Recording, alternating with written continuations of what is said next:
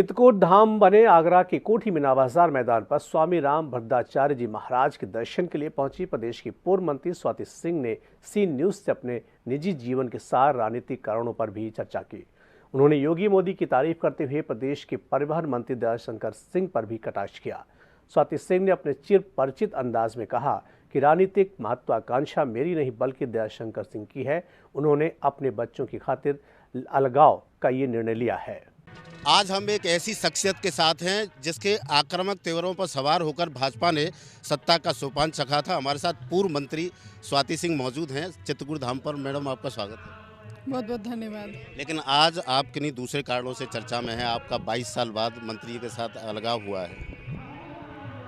देखिए, ये नितांत मेरा निजी मामला है, तो इस विषय पे मुझे लगता है कोई टीका टिप्पणी नहीं करनी चाहिए। लेकिन मंत्री ने कहा है कि चूंकि ये अलगाव हुआ है वो राजनीतिक महत्वाकांक्षा की वजह से है। आपकी राजनीतिक महत्वाकांक्षा ज़्यादा बढ़ गई थी। किसकी राजनीतिक महत्वाकांक्षा, मेरी या उनकी? अगर आप राजनीतिक महत्वाकांक्षा की बात कर रहे हैं तो मैं आपको बताना चाहूँगी कि ना तो मेरे पास अवसर की कमी थी और ना तो बौद्धिकता की कमी थी।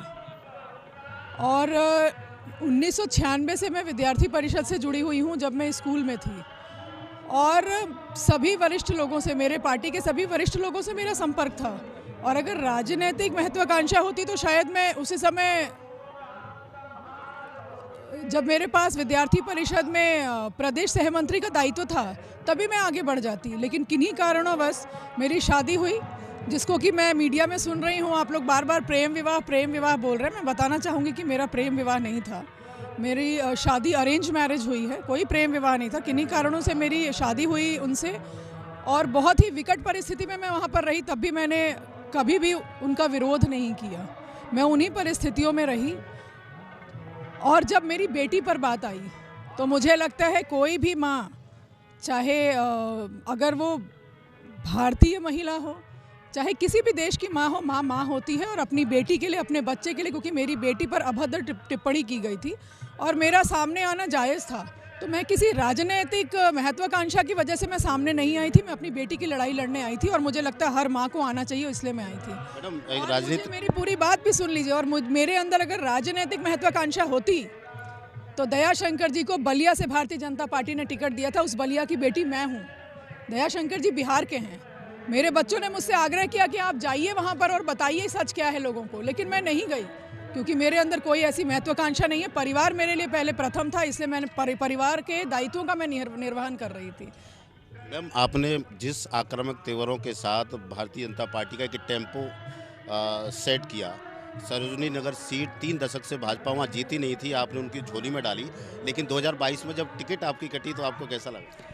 देखिए, मैं भारतीय जनता पार्टी का मैं धन्यवाद देना चाहती हूँ। जैसा कि मैंने बताया, 1996 जब मैं स्कूल में थी, तब से मैं विद्यार्थी परिषद से जुड़ी हूँ।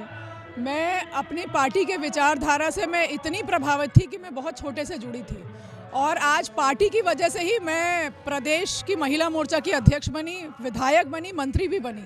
2022 में पार्टी का निर्देश था कि मुझे चुनाव नहीं लड़ना है। भारतीय जनता पार्टी भी मेरा परिवार है, और परिवार जो भी दायित्व देगा, भविष्य में जो दायित्व पार्टी देगी, परिवार देगा, उसका मैं निर्वहन करूंगी। आप स्टार प्रचारक अभी भी हैं पार्टी की। आज नेताजी को मरणोपरांत कल जो पद्म विभूषण सम्मान मिला, उसके बारे में क्या कहनी चाहिए? देखिए, ये कहीं ना कहीं हमारी पार्टी और हमारे सरकार की जो छवि है कि हम किसी पार्टी या किसी धर्म या किसी जाति के आधार पर हम निर्णय नहीं लेते हैं। अगर किसी का काम अच्छा है तो उसको केंद्र बिंदु में रखकर तब निर्णय लेते हैं।